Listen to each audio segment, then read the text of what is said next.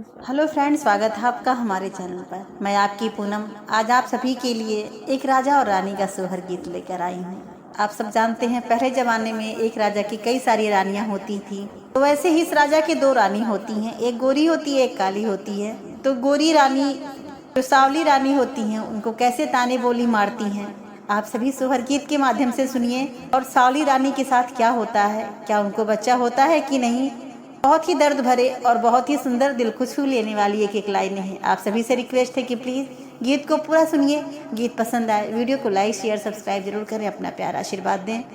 ये कही राजा दुई रानिया होत एक रानी गोरा हर होत एक रानी गोरा हर हो दूसरे रनिया सावर हो दूसरे रानी सावर हो। मोरी सखिया गोरही जसोवे राजा को रवा हो सवरे की दुआरा हो सवरे की दुआरा हो। मोरे राजा गोरे रानी सोवे राजा को रवा हो सवरे की दुआरा हो। आधी राते घोड़ा वातुराने हो तराजा उठी बांधाई हो तराजा उठी बांधाई हो। आधी राते घोड़ा वातुराने हो तराजा उठी बांधाई हो तराजा उठी बांधाई हो। मोरी बहिनी पड़ी गए राजा पर छाइया हो सवरे रनिया गरा भय हो सवरे रनिया गरा भाई हो। तो गोरी रानी चाहती थी कि सांवली वाली रानी को बच्चा ना होने पाए, इसीलिए ज़्यादा संपर्क अपने बनाए रखती थी। लेकिन ईश्वर की महिमा देखिए कि परछाई पड़ते ही सांवर रानी भी गर्भवती होती है। आगे क्या होता है आप सभी गीत के माध्यम से सुने। सावरी जे बहरे आंगनाई होत घर वादुअरी होत घर वादुअरी आई हो।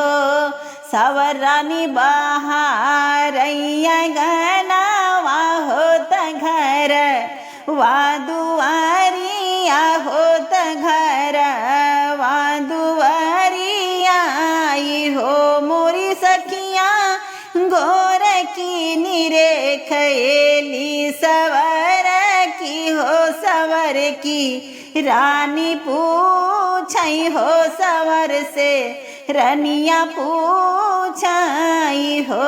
मोरी सखिया गोर की निरे के ली सवर की के सवर रनिया पूछई हो सवर से पूछई हो। मोरी सवरी कावने छयल चीती लाग्यू हो तगर भजनायु हो तगर भजनाई हो। मोरी सवरी कामने छयल चित लाग्यू हो तगर भजनाई हो।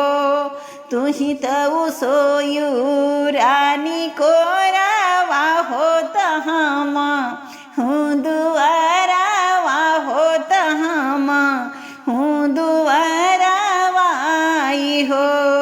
तुहूँ तो सोयू रानी को रवा हो तहम हूँ दुआरा हो तहम हूँ दुआरा हो।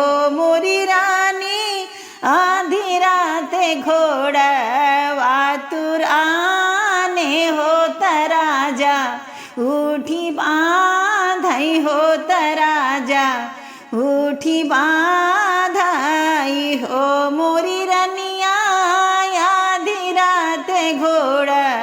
वातुराने होत राजा उठी बांधाई हो।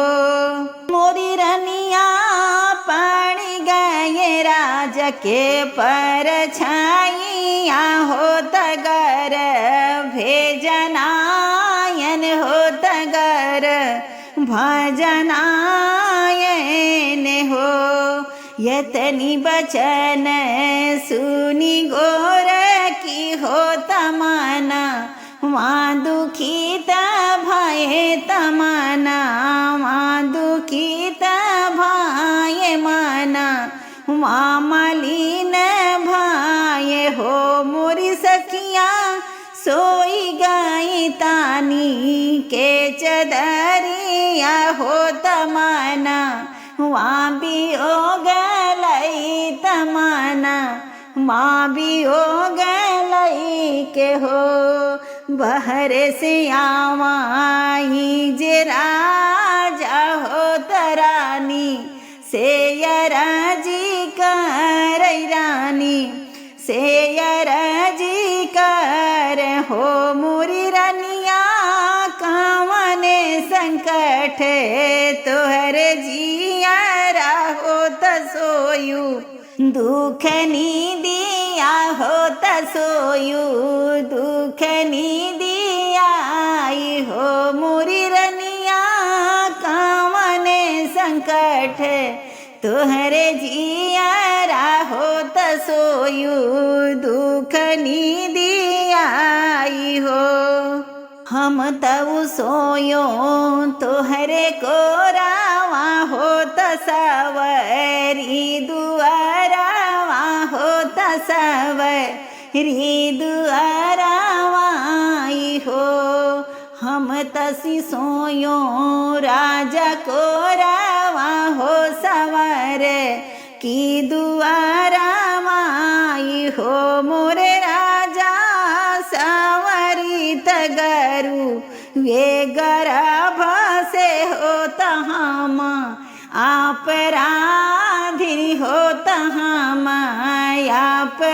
अपराधीनी हो। मोरे राजा सवरी तगरु वे गर्भ से हो तहाम अपराधीनी हो।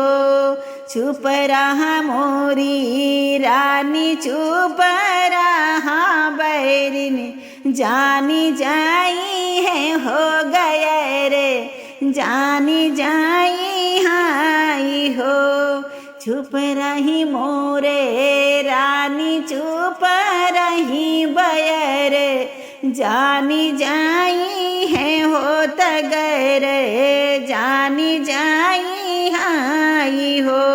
मोरी रनिया सावरी के होई है ललानावा हो हमारे घर सोहर हो हमारे घर सोहर हो। मोरी रनिया ठुमक ठुमुक लाल चली है हो देखत नीक लागी है हो देखत नीक लागी आई हो। मोरी रनिया ठुमुक ठुमुक लाल चली है हो तजिए राजुड़ाई है हो तजिए राजुड़ाई हाई हो।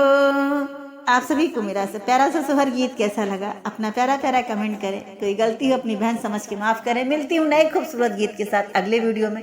तब तक के लिए हर हर महादेव।